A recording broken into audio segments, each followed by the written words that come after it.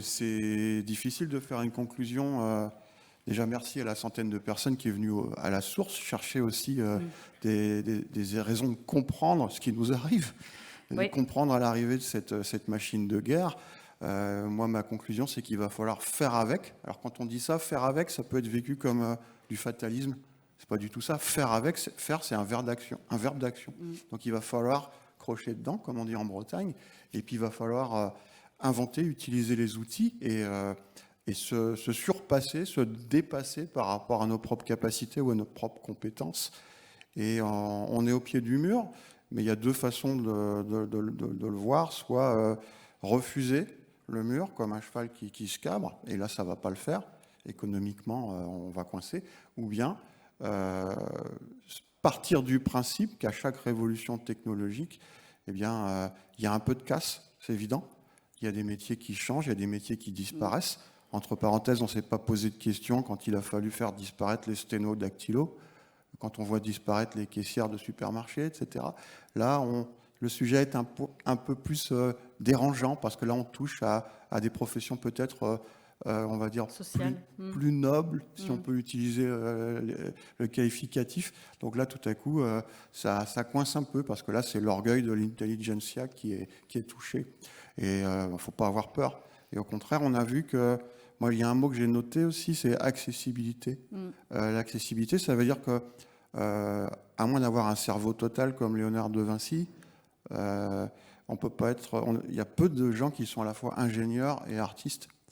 Et là, je pense qu'avec les outils qui sont mis à notre disposition, on va pouvoir combler nos lacunes, combler les parties de cerveau qui fonctionnent moins bien chez nous, pour pouvoir oser entreprendre des sujets pour lesquels on n'aurait pas osé s'engager.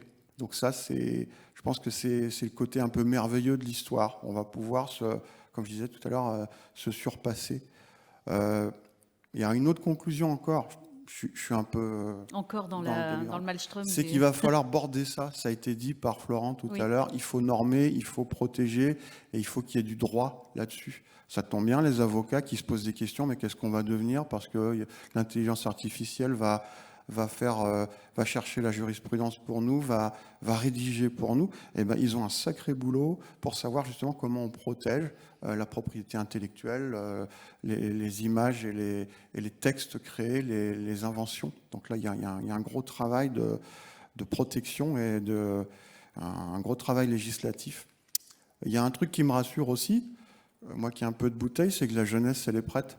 Ça veut dire que ces bouleversements technologiques qui sont acquis par les jeunes générations, ils n'ont pas peur, ils vont y aller.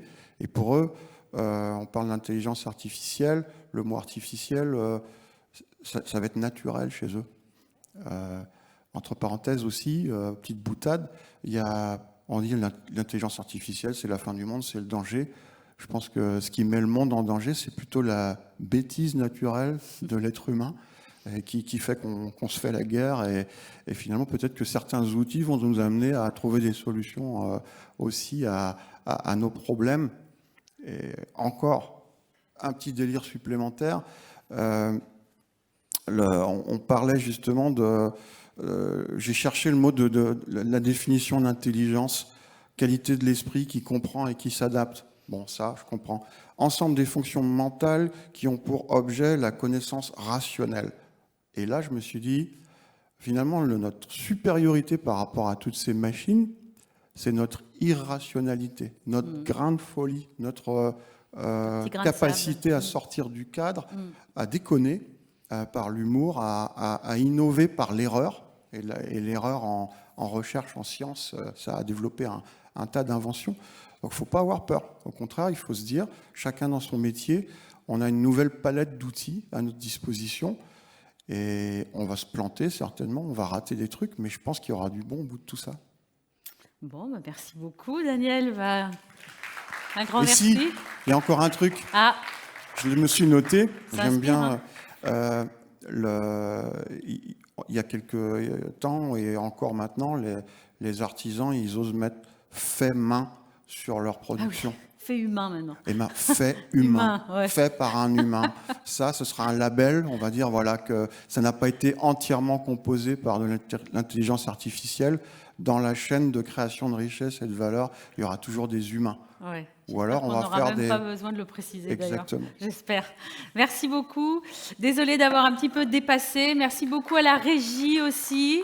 Merci à Lio Productions qui va permettre que vous puissiez revoir peut-être les tables rondes pour ceux qui ont dû partir avant. Et puis merci à vous, public, qui reste encore jusqu'au bout. J'espère que vous repartez avec être à niveau. C'est important qu'on ait tous à peu près le même niveau de connaissance et que vous repartez plein de nuances et plein d'arguments pour discuter ce soir dans vos foyers sur « Alors tu sais, l'IA, c'est pas ce que tu croyais ». Voilà. Je vous souhaite un bon retour. Au revoir.